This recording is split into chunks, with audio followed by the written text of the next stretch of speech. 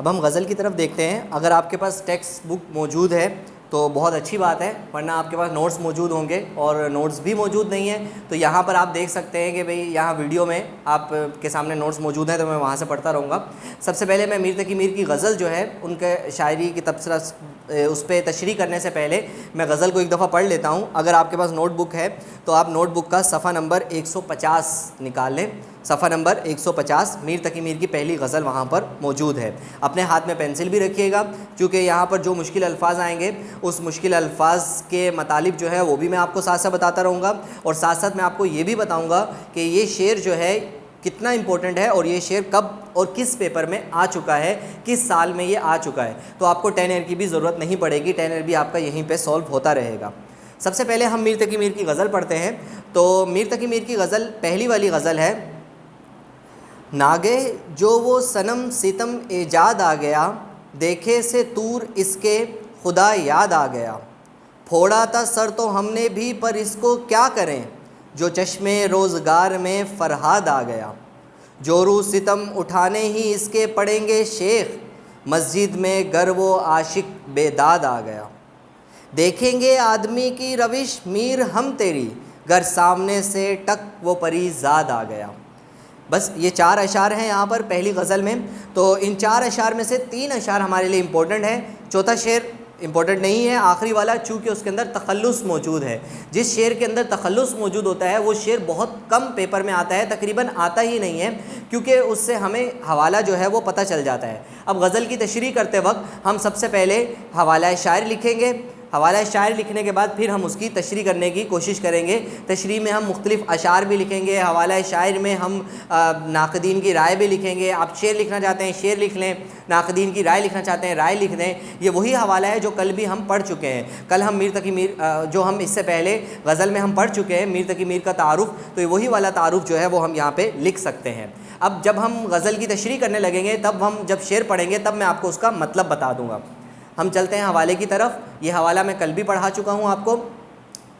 حوالہ شاعر: شہنشاہ تغزل، اس کو آپ تبدیل کریں گے یہاں پر، شہنشاہ تغزل، شاعر بے بدل، شعر جن کے ضرب المثل، باتیں جن کی اٹل، ریختہ گو شاعر، ادب و زبان کے ماہر فن، شاعر خوشگوں خوش بیاں و شیریں سخن، نام جن کا نام گرامی میر تقی میر ہے. ان کو اردو ادب میں خدائے سخن کا درجہ حاصل ہے. خدائے سخن کیا ہوتا ہے یہ میں آپ کو بتا چکا ہوں اس سے پہلے. سخن کا مطلب ہوتا ہے کہنا، یعنی کہنے کے خدا ہے.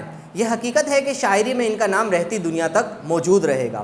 ڈاکٹر سید عبداللہ کہتے ہیں کہ شاعری کی نئی مجلس بھی اعتراف میر میں اسی طرح رطب اللسان ہے جس طرح شاعری کی پرانی محفل ثنا خواں تھی. اس کا مطلب بھی میں پہلے سمجھا چکا ہوں کہ پرانے لوگ جس طریقے سے میر کی تعریف کرتے تھے، نئے لوگ بھی، آج کے شاعر بھی اسی طریقے سے میر تقی میر کی تعریف کرتے ہیں، کیونکہ ان کے کلام کا حسن کسی بھی زمانے میں کم نہیں ہوگا. شعر نمبر 1 ہمارے پاس ہے: ناگہ جو وہ صنم ستم ایجاد آ گیا، دیکھے سے طور اس کے خدا یاد آ گیا. یہ ہماری غزل کا مطلب بھی ہے، کیونکہ اس میں آ گیا ردیف ہے، ایجاد اور یاد یہاں پر قافیہ ہے، اور دونوں مصروں میں آ رہا ہے، تو اس کا مطلب ہے کہ یہ ہمارا مطلع ہے. ناگہ کا مطلب ہوتا ہے اتفاقاً، اچانک سے. صنم کا مطلب ہوتا ہے ہمارا محبوب یا بت. ستم ایجاد جو ہمیں ستم دینے والا ہے، ستم ایجاد کرنے والا ہے، ہمیں مشکل میں ڈالنے والا ہے، ہم پر ظلم کرنے والا.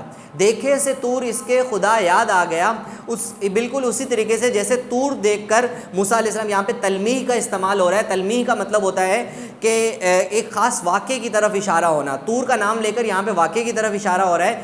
طور حضرت موسیٰ علیہ السلام سے منسوب ہے کہ موسیٰ علیہ السلام جب طور پر گئے تھے تو طور پر جا کر ان کو خدا یاد آ گیا تھا، یا ان کی خدا سے بات چیت ہوئی تھی، خدا نے ان کو کلام دیا تھا.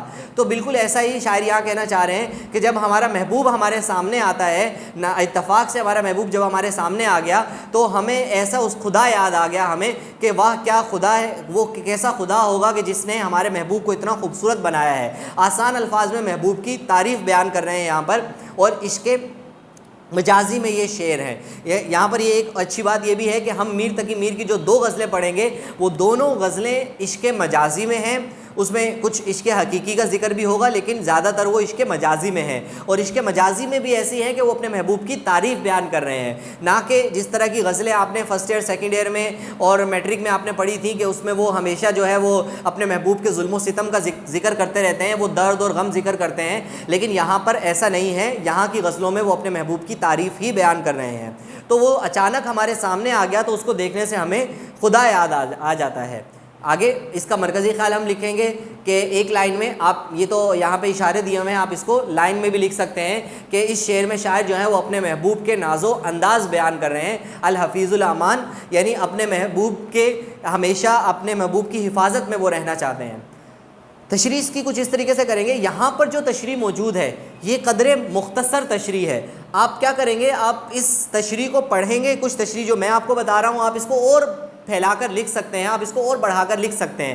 تقریباً ایک شعر کی تشریح آپ کے پیپر میں 5 نمبر کی ہے، تو 5 نمبر کی تشریح لکھنے وقت تقریباً اس کی تشریح حوالے سے الگ 5 لائنوں کا حوالہ ہونا چاہیے، اور تشریح تقریباً 8 سے 10 لائنوں میں تشریح جانی چاہیے۔ تو آپ کو ابھی اس موقع پر آ کر الفاظ سے کھیلنا آنا چاہیے، آپ کو پتہ ہونا چاہیے کہ ایک ہی بات کو ہم 3-4 طریقے سے لکھ سکتے ہیں، تو کیسے لکھ سکتے ہیں، ان کو کیسے لکھنا ہے اور اس کو آگے کیسے بڑھانا ہے، یا اب بات کو ہم کیسے بڑھا چڑھا کے لکھ سکتے ہیں، یہ آپ کو آنا چاہیے۔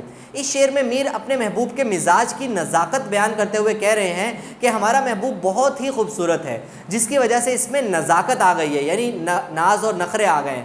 شاعر نے کیا خوب کہا ہے کہ نزاکت نازنینوں کے بنائے سے نہیں آتی، نزاکت نازنینوں کے بنائے سے نہیں آتی، خدا جب حسن دیتا ہے نزاکت آ ہی جاتی ہے۔ کہ جو کوئی جتنی بھی کوشش کر لے اپنے آپ کو نازک بنانے کی، لیکن وہ نازک بن نہیں سکتا۔ اللہ تعالیٰ جب کسی کو حسن دیتا ہے تو وہ خود ہی سے، یعنی آٹومیٹک ہی اس کے اندر نزاکت جو ہے وہ آ جاتی ہے۔ میر کے مطابق ان کے محبوب کے طور طریقے، اس کے ناز و ادا دیکھ کر انہیں خدا یاد آ جاتا ہے۔ میر کا محبوب بہت خوبصورت تھا، لیکن جب بھی وہ ان کے سامنے آتا تھا تو اس کے نخرے اور اس کی ادائیں پر ستم ڈھاتی، ان کی ادائیں اس پر ستم ڈھاتی تھیں، اور وہ اپنے آپ میں اتنا حوصلہ نہیں پاتے کہ اس کو نگاہ بھر کر دیکھ سکیں، اور ان کو محاورتاً خدا یاد آ جاتا تھا۔ بہت آسان ہے، آپ اس کو سمجھ سکتے ہیں۔ میر تقی میر اسی طریقے کا ایک شعر کہتے ہیں، دکھائی دیے یوں کہ بے خود کیا، دکھائی دیے یوں کہ بے خود کیا، ہمیں آپ سے بھی جدا کر چلے۔ اور مرزا غالب اسی طرح کا ایک شعر کہتے ہیں کہ ہم وہاں ہیں جہاں سے ہم کو بھی کچھ ہماری خبر نہیں آتی، کہ محبوب کے ظلم و ستم ہم نے اتنے برداشت کر لیے کہ اب ہمیں نہیں پتہ، ہمیں اپنا بھی کچھ پہچان نہیں رہتی، ہمیں نہیں پتہ چلتا کہ ہم کہاں ہیں اور ہماری کیا خبر ہے۔ شعر نمبر 2، پھوڑا تھا سر تو ہم نے بھی، پر اس کو کیا کریں، جو چشمے روزگار میں فرہاد آ گیا، یعنی آنکھوں کے سامنے ہمارے فرہاد آ گیا۔ یہ بھی بہت عمدہ مثال ہے، اور یہاں پہ بھی تلمیح کا استعمال شاعر کر رہے ہیں، اور ایک واقعے کا ذکر ہو رہا ہے فرہاد کا۔ شیری فرہاد کی لو سٹوری آپ نے سنی ہوگی، بہت مشہور ہیں شیری اور فرہاد۔ فرہاد نے جو سر پھوڑا تھا، یعنی اپنا تیشہ جو ہے وہ اپنے سر پہ مارا تھا، اور اپنے محبوب، اپنی محبت کا اعلان کرنے کے لیے، اپنی محبت کی پہچان کروانے کے لیے اس نے اپنے آپ کو زخمی کیا تھا۔ تو شاعر کہہ رہے ہیں کہ بھئی اس نے بھی یہ کیا تھا، لیکن ہم نے بھی اپنے محبوب کے بہت ظلم و ستم سہے ہیں، لیکن ہمیشہ مثال جو ہے وہ فرہاد کی دی جاتی ہے، ہماری نہیں دی جاتی۔ فرہاد نے جتنی مشکلات اٹھائی تھی، ہم نے تو اپنے محبوب کے عشق میں اس سے زیادہ مشکلات اٹھائی ہیں، تو ہم نے بھی وہی کام کیے جو دیگر عشاق نے کیے، لیکن ان کا نام مثال کے طور پہ پیش کیا جاتا ہے، ہمارا نام جو ہے وہ نہیں لیا جاتا۔ اس کا مرکزی خیال کچھ اس طریقے سے بنے گا کہ عاشقوں نے عشق میں جانثاری کی بڑی مثالیں قائم کی ہیں، اور ہم بھی ایک عاشق ہیں تو ہم نے بھی ایک مثال قائم کی ہے۔ یہ شعر صفت تلمیح کا خوبصورت شاہکار ہے۔ ابھی میں نے ذکر کیا، تلمیح کا مطلب ہوتا ہے کسی ایک لفظ میں پورے ایک واقعے کو بیان کرنا، یعنی فرہاد کا نام پچھلے شعر میں طور کا نام لے کر، یہاں پہ فرہاد کا نام لے کر پورا شیری فرہاد کی کہانی کا ذکر ہو رہا ہے پورا یہاں۔ اس میں میر فرما رہے ہیں کہ عشق میں مشکلات و تکالیف ہم نے بھی بہت اٹھائیں، بہت مصیبتیں اور پریشانیاں ہماری زندگی میں بھی گزری ہیں، اور ہم نے بھی پوری زندگی عشق میں گزاری، لیکن ہماری کہانی کسی کو نہیں معلوم۔ ہم نے بھی عشق میں سر پھوڑنے، محنت کرنے کی کوشش کی کہ کوئی مثال قائم کر جائیں، لیکن فرہاد جیسے عاشق کے آگے ہماری مثال کیا معنی رکھتی ہے۔ یہ ایک ایک شعر جو ہوتا ہے اس کو الگ الگ انداز میں ہم دیکھ سکتے ہیں. جو میں نے آپ کو بیان کیا وہ بہت ہی آسان ہے. اس کو شعر کو سمجھنے کا ایک نظریہ یہ بھی ہے جو یہاں پر بیان ہوا ہے. آپ چاہیں تو یہ والی تشریح لکھیں, آپ چاہیں تو اسی کو آگے کنٹینیو کرتے ہوئے آگے لکھیں کہ اس کا ایک مطلب یوں بھی ہو سکتا ہے جو ابھی میں نے پہلے ذکر کیا. آگے چلتے ہیں. شعر نمبر 3. جور و ستم اٹھانے ہی اس کے پڑیں گے شیخ. شیخ سے مخاطب ہو کے کہہ رہے ہیں مسجد میں گر وہ عاشق بیداد آ گیا. عاشق بیداد, جور و ستم کا مطلب ہوتا ہے ظلم و ستم. محبوب کے انداز کے آگے آدمی خدا کو بھی بھلا دیتا ہے. شیخ سے مخاطب ہو کر کہہ رہے ہیں کہ تمہیں بھی اس کے ناز و نخرے جو ہے وہ اٹھانے پڑیں گے میرے محبوب کے, کہ وہ اتنا حسین ہے کہ جب وہ تمہارے سامنے آ جائے گا تو تم بھی اس کی تعریف کے قائل ہو جاؤ گے. میر اس شعر میں اپنے محبوب کے ناز نخرے بیان کرتے ہوئے کہہ رہے ہیں کہ اگر ہم پوری زندگی بھی اس کے عشق میں لگا دیں تب بھی وہ ہمیں ہمارے عشق کا صلہ نہ دے گا. وہ وائز کو مخاطب کرتے ہوئے یعنی نصیحت کرنے والے شیخ یا مولوی کو مخاطب کرتے ہوئے کہہ رہے ہیں کہ اگر ہمارا محبوب تمہارے سامنے آ گیا تو تم بھی ان کی ناز برداریوں میں لگ جاؤ گے اور اس کے حسن میں کھو جاؤ گے. ناز برداری یعنی اس کے ناز کی تعریف کرنا یا اس کے ناز نخرے اٹھانے میں. عشق کبھی بھی کسی کو بھی ہو سکتا ہے, پھر انسان خود پر قابو نہیں رہتا. اور تم ہمیں الزام نہ دو, ہمارا محبوب ایسا حسین ہے کہ جسے دیکھ کر تم بھی اس کے عشق میں مبتلا ہو جاؤ گے اور مسجد میں عبادت چھوڑ کر اس کی خاطرداری میں ترجیح دو گے, جبکہ وہ اس کی بھی داد نہ دے گا. وہ تمہیں عاشق بیداد یعنی وہ کوئی ہماری تعریف یا ہماری کسی بات سے خوش نہیں ہوتا, ہماری کسی بات کی تعریف نہیں کرتا. میر خود بھی اپنے اس شعر میں اپنی اس کیفیت کا بیان کرتے ہوئے کہتے ہیں, اپنی اس کیفیت کو بیان کرتے ہوئے کہتے ہیں ہم نے اپنی سی کی بہت لیکن, یہ ہم نے ذکر کیا پہلے, ہم نے اپنی سی کی بہت لیکن مرض عشق کا علاج نہیں. مرض عشق کا علاج نہیں ہوتا, ہم نے جتنی بھی کوشش کر کے دیکھ لی. یہ ہم شعر پہلے بھی پڑھ چکے ہیں. اب ہم آگے بڑھتے ہیں میر تقی میر کی دوسری غزل کی جانب. میر تقی میر کی دوسری غزل اگر آپ کے پاس نوٹ بک ہے تو نوٹ بک میں صفحہ نمبر 151 151 وہاں پر دوسری غزل موجود ہے. اسی طرح کی وہ غزل بھی ہے اور بہت آسان ہے. کہتے ہیں کہ کیا منہ لگے گلوں کے شگفتہ دماغ ہے, پھولا پھرے ہے مرغے چمن باغ باغ ہے. وہ دل نہیں رہا ہے نہ اب وہ دماغ ہے, جی تن میں اپنے بجھتا سا کوئی چراغ ہے. قامت سے اس کی سرنگوں رہتے ہیں سر و گل, خوبی سے اس کی لالا صد برگے داغ ہے. گھر گھر پھرے ہے جھانکتے ہم صبح جو نسیم, پردے میں کوئی ہے کہ یہ اس کا سراغ ہے. لگ نکلی ہے کسوں کی مگر بکھری زلف سے, آنے میں باد صبح کو یا ایک دماغ ہے. یہ بہت خوبصورت غزل ہے. اس غزل کا مطلب موجود ہے لیکن مقطع یہاں پر موجود نہیں ہے. تو یہ سارے شعر جو ہیں وہ بہت زیادہ امپورٹنٹ ہیں. سب سے پہلے میر تقی میر پہلے شعر میں کہہ رہے ہیں کیا منہ لگے گلوں کے شگفتہ دماغ ہے. شگفتہ کا مطلب نازک. پھولا پھرے ہے مرغے چمن باغ باغ ہے. پھولا پھرنا یعنی اترانا, مرغے چمن چمن یعنی باغ, باغ کا جو مرغ ہے وہ اتراتا پھر رہا ہے. یعنی آسان الفاظ میں شاعر یہ کہنا چاہ رہے ہیں کہ میں بہت خوش ہوں, یعنی میرا محبوب مجھ سے مل گیا ہے, میرے محبوب کی مجھے ایک طرح سے مجھے اس کی تجلی ملی ہے یا اس کی ایک صورت مجھے نظر آئی ہے, تو میں بہت زیادہ خوش ہوں اور اتراتا پھر رہا ہوں میں محفل کے اندر یا باغ کے اندر. شاعر یہاں پر کہہ رہے ہیں آدمی خوشی میں سرشار ہو کر شاد باد ہو جاتا ہے. سرشار ہونا یعنی بھر جانا. کہتے ہیں کہ میر اپنی زندگی میں آنے والی خوشی کی بات کر رہے ہیں. جس طرح باغ میں بہار آتی ہے, پھول کھل جاتے ہیں, مرغ اکڑ کر چلتے ہیں, قدرتی طور پر ان پر مستی چھائی ہوتی ہے, اسی طرح ان کی زندگی میں خوشی کے لمحات آتے ہیں اور وہ بھی بہار کے موسم کی طرح آئے ہیں. اس کے ایک معنی یہ بھی ہو سکتے ہیں کہ اردو کے شاعروں میں ان کا کلام بہت اعلیٰ ہے, اسی لیے ان کا دماغ باغ کے مرغ کی طرح اونچا ہے. یعنی ہم اس کا ایک زاویہ یہ بھی لے سکتے ہیں, اس کا ایک نظریہ یہ بھی لے سکتے ہیں کہ شاعروں میں میر تقی میر کی شاعری کو ایک اعلیٰ مقام حاصل ہے, اور یہ میر کی زندگی میں ہی ہو گیا تھا کہ تمام لوگ ان کو اپنا استاد مانتے تھے. تو اس لیے وہ اپنے کلام کا بھی ذکر کر رہے ہیں کہ میں بہت زیادہ خوش ہوں کہ میرے کلام کی اتنی تعریف ہوتی ہے. آگے چلیں گے. کہتے ہیں کہ وہ دل نہیں رہا ہے نہ اب وہ دماغ ہے, جی تن میں اپنے بجھتا سا کوئی چراغ ہے. وہ الگ موضوع ہے, وہاں پہلے الگ موضوع تھا, وہاں پہ خوش ہو رہے تھے اور یہاں پہ تھوڑی سی غمی کا اظہار کر رہے ہیں. کہتے ہیں کہ یہ غزل, اور یہاں پر ایک بہت اہم بات یہ بھی ہے کہ یہ غزل کا حسن مطلع ہے. یعنی آپ دیکھیں کہ اس میں بھی ردیف موجود ہے. غزل کا جو ردیف ہے وہ پہلے شعر کے اندر بھی موجود تھا, اور غزل کا ردیف کیا ہے یہاں پر ردیف ہے دماغ اور باغ. یہ یہاں پر قافیہ ہے. تو غزل کے دوسرے شعر میں بھی ایسا ہے، یعنی دونوں مصروں میں ردیف موجود ہے، دونوں مصروں میں قافیہ موجود ہے۔ اگر ایسا ہو کہ مطلع کے بعد والے شعر کے اندر بھی قافیہ اور ردیف دونوں مصروں میں موجود ہو تو اس کو ہم غزل کا حسن مطلع کہیں گے۔ مطلع کے بعد یہ فوراً شعر ہوتا ہے۔ کہتے ہیں کہ یہ غزل کا حسن مطلع ہے جس میں میر نے اپنے ٹوٹے ہوئے دل کی کیفیت بیان کی ہے۔ کہتے ہیں کہ نہ اب دل کا وہ عالم رہا نہ دماغ کا، وہ دل جو کسی زمانے میں روشنیوں سے عبارت تھا، یعنی اس میں روشنیاں بھری ہوئی تھیں، جو کسی عہد میں، عہد کا مطلب کیا ہوتا ہے؟ عہد کے دو مطلب ہو سکتے ہیں۔ عہد کا ایک مطلب ہوتا ہے وعدہ، اور عہد کا ایک مطلب ہوتا ہے زمانہ۔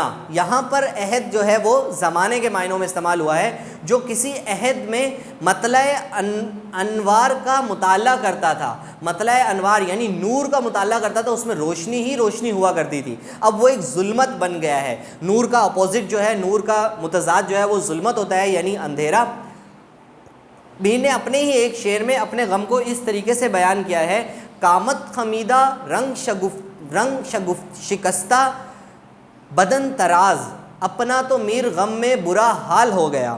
قامت خمیدہ، خمیدہ کا مطلب ہوتا ہے ٹیڑھا پن، یعنی ہماری قامت وہ ہے ٹیڑھی ہو چکی ہے۔ رنگ جو ہے وہ شکستہ ہو چکا ہے، رنگ پھیکا پڑ گیا ہے۔ بدن تراز، بدن جو ہے وہ بھی اب ڈھیلا ڈھالا ہو چکا ہے، اب اس میں کوئی ایک طرح سے کشش ہمارے جسم میں، بدن میں نہیں رہی۔ اپنا تو میر غم میں برا حال ہو گیا، یعنی اپنے محبوب کے غم میں ہمارا جو حال ہو گیا ہے وہ بہت برا ہے۔ میر کی زندگی میں ان کی روح کی کیفیت ایسی ہو گئی کہ جیسے چراغ میں لو ختم ہو جائے اور وہ بجھتا چلا جائے۔ یہ بالکل ایک چراغ کی طرح ہے کہ اب ہم بڑھاپے کی طرف جا رہے ہیں، عشق کے مصائب مشکلات ہم نے بہت جھیل لی، اب ہم اپنی آخری کی زندگی کی طرف جا رہے ہیں، تو اب ایسے کہ ہماری زندگی کا چراغ جو ہے وہ گل ہو رہا ہے۔ قامت سے اس کی سرنگو رہتے ہیں سر وہ گل، خوبی سے اس کی لالہ صد برگ داغ ہے۔ یہ بالکل پھر سے اپنے محبوب کی تعریف بیان کر رہے ہیں۔ قامت کا مطلب اس کی اونچائی یا اس کا قد، اس کی سرنگو رہنا یعنی سر جھکائے رہنا۔ سر وہ گل، سر ایک درخت ہوتا ہے جو اونچا تن کے کھڑا ہوتا ہے، بہت بڑا درخت ہوتا ہے۔ گل کا مطلب ہوتا ہے پھول، یعنی ہمارے محبوب کے قد و قامت کے سامنے، ہمارے محبوب کے حسن کے سامنے بڑے بڑے پھول اور درخت جو ہیں وہ بھی سرنگو رہتے ہیں، اپنے سر کو جھکائے رکھتے ہیں۔ خوبی سے اس کی لالہ صد برگ داغ ہے، اس کی خوبی سے یعنی اس کی خوبصورتی سے، لالا کا مطلب ہوتا ہے پھول، صد کا مطلب ہوتا ہے 100، برگ کا مطلب ہوتا ہے پتے، داغ کا مطلب ہوتا ہے ان پر داغ ہے، یعنی پھولوں اور پتوں پر بھی جو ہے وہ داغ ہے ہمارے محبوب کی خوبی کی وجہ سے۔ ہماری محبوب اتنا خوبصورت ہے کہ پھول بھی ان کے سامنے کچھ بھی نہیں ہے۔ مرکزی خیال کچھ اس طریقے سے ہم لکھیں گے: پھول پودے بھی میرے محبوب کی خوبصورتی کے آگے کچھ نہیں۔ تشریح میں میر اپنے محبوب کی خوبی بتا رہے ہیں کہ اس کا قد تو ایسا ہے کہ ان کے سامنے سرو کا درخت بھی جھکا ہوا نظر آتا ہے، اور میرے محبوب کی خوبصورتی ایسی ہے کہ گل و لالا کے اندر بھی آگ لگ گئی ہے، کہ وہ ایک جیلسی محسوس کر رہے ہیں۔ میر نے ایک اور جگہ شعر میں محبوب کی خوبصورتی اس طریقے سے بیان کی ہے، کہتے ہیں کہ نازکی اس کے لب کی کیا کہیے، پنکھڑی ایک گلاب کی سی ہے۔ یہ آپ کی تشریح بہت مختصر ہے، اور یہاں پر جو ہے وہ ایک طرح سے آپ کو صرف اشارہ دیا ہے، آپ کو صرف ایک پوائنٹ دیا ہے۔ اب یہاں پر اب آپ نے خود کچھ کریٹیوٹی اپنی دکھانی ہے، کچھ اپنے آپ کو بنانا ہے کہ آپ نے اس تشریح کو خود بڑا کیسے بنانا ہے۔ اگر پوری کی پوری لکھی ہوئی تشریح آپ کو دے دی جائے تو اس میں آپ کی کچھ اپنا کچھ اس میں نہیں رہے گا۔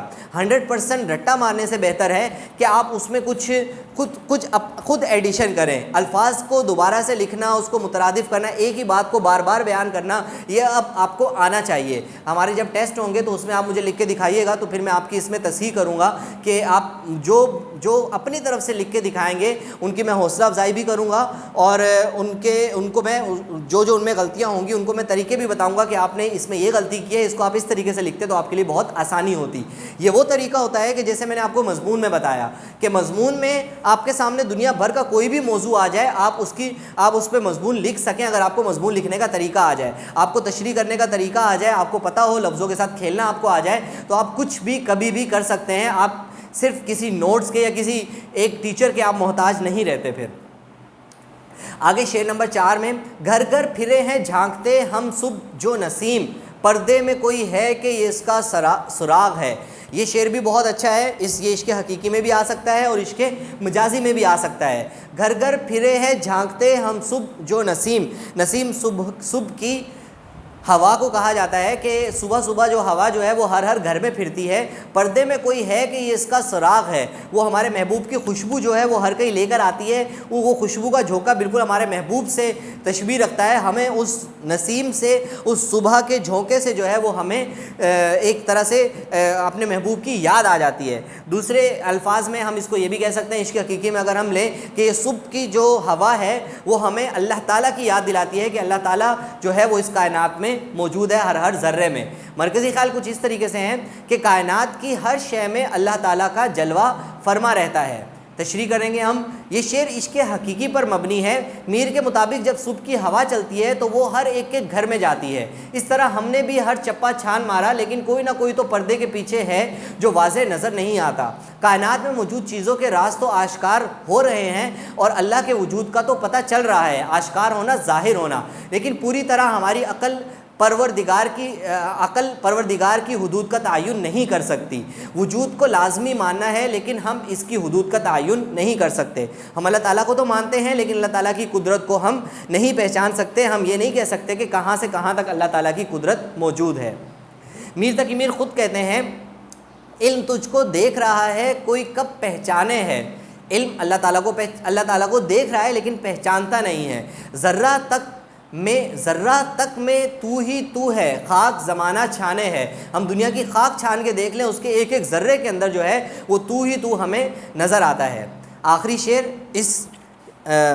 شعر اس غزل کا کہ لگ نکلی ہے کسوں کی مگر بکھری زلف سے، لگ نکلی ہے کسوں کی مگر بکھری زلف سے، آنے میں باد صبح کو یہاں ایک دماغ ہے۔ یعنی وہی اپنے محبوب کی تعریف بیان کرتے ہوئے کہہ رہے ہیں، میں نے شروع میں بھی یہ بات کہی اور ابھی بھی کہہ رہا ہوں اور آگے بھی اشعار میں یہ بات کہوں گا کہ شعر جو ہوتا ہے اس کو الگ الگ زاویوں سے دیکھا جا سکتا ہے۔ ایک تعریف، ایک اس کی تشریح جو ہے وہ آپ اپنے نوٹس میں دیکھ رہے ہیں، اس سے تھوڑی سی مختلف الگ زاویے سے میں آپ کو تشریح بتا رہا ہوں، تو دو چیزیں آپ کے پاس ہو سکتا ہے۔ آپ جب اس شعر کو پڑھیں، اس شعر کو سمجھیں تو آپ کا ایک نظریہ الگ ہو، آپ کسی اور سے سنیں، چوتھے بندے سے سنیں، اس کا نظریہ جو ہے وہ الگ ہو، کسی اور کتاب میں پڑھیں، اس کا نظریہ الگ ہو۔ تو شعر کی تشریحات جو ہیں وہ مختلف زاویوں سے ہو سکتی ہے، بات ایک ہی ہوگی، اس کے بولنے کا انداز جو ہے وہ الگ الگ ہو سکتا ہے۔ اس شعر میں شاعر کہتے ہیں کہ ہمارا دل تو ہمارے محبوب کی زلفوں میں اٹک گیا ہے اور اس سے نکلنے کو تیار ہی نہیں ہے۔ لگ نکلی ہے، لگ نکلنے کا مطلب ہے اٹک جانا، اس میں پھنس جانا۔ کسوں کی بکھری زلف، جب ہمارے محبوب کی زلف بکھری ہے تو اس سے اٹک گئی ہے، ہمارا دل جو ہے اس میں اٹک گیا ہے۔ یہاں تک کہ جب صبح کی ہوا نے میرے محبوب کی زلفوں کو چھوا ہے، باد صبح، بات کہتے ہیں ہوا کو، صبح کی ہوا بھی جب ہمارے محبوب کی زلفوں سے ٹکرائی ہے تو اس کا دماغ بھی ساتویں آسمان پر پہنچ گیا ہے کہ کیا خوبصورت ہے، یعنی وہ بھی ہمارے محبوب سے عشق کرنے لگی ہے، وہ بھی اٹھلا کر چلا رہی ہے کہ میرے محبوب کی زلفوں میں وہ تاثیر ہے جو میری طرح کسی کو بھی دیوانہ کر سکتی ہے۔ میرے محبوب میں جیسے میں بھی دیوانہ ہو چکا ہوں، ایسے ہی ہوا بھی میرے محبوب کی تعریف میں یا میرے محبوب کے حسن میں دیوانہ وار ہو چکی ہے۔ آتش اس بات کو اس طریقے سے بیان کرتے ہیں، خواجہ حیدر علی آتش۔ خواجہ حیدر علی آتش کا ہم نے ذکر کیا تھا بہت پہلے لیکچر میں نے آپ کو ذکر کیا تھا۔ خواجہ حیدر علی آتش جو ہیں وہ دبستان لکھنؤ کے نمائندہ شاعر ہیں۔ جو دیکھتے تیری زنجیر زلف کا عالم، جو دیکھتے تیری زنجیر زلف کا عالم، اسیر ہونے کی آزاد آرزو کرتے۔ یہ آپ پہلے پڑھ چکے ہوں گے، میٹرک سیکنڈ ایئر میں آپ نے یہ غزل پڑھی ہوگی کہ ہم اور بلبل بیتاب گفتگو کرتے، یہ شعر آپ نے پڑھا ہوگا۔ جو دیکھتے تیری زنجیر زلف کا عالم، ہمارے محبوب کی زلف کی جو زنجیر اگر کوئی دیکھ لیتا تو اسیر ہونے، عالم کا مطلب ہوتا ہے حالت، اسیر کا مطلب ہوتا ہے قید ہونا، تو وہ قید ہونے کی آزاد آرزو کرتے، وہ آزاد ہوتے لیکن وہ اس زلف کے اندر اپنے آپ کو قید ہونے کی، ان زنجیروں میں اپنے آپ کو قید کرنے کی آرزو کرتے، خواہش کرتے کہ خدا را ہم بھی ان کے اندر قید ہو جائیں، ہم بھی اس کے عشق میں مبتلا ہو جائیں۔ یہ تھی ہماری غزلیں۔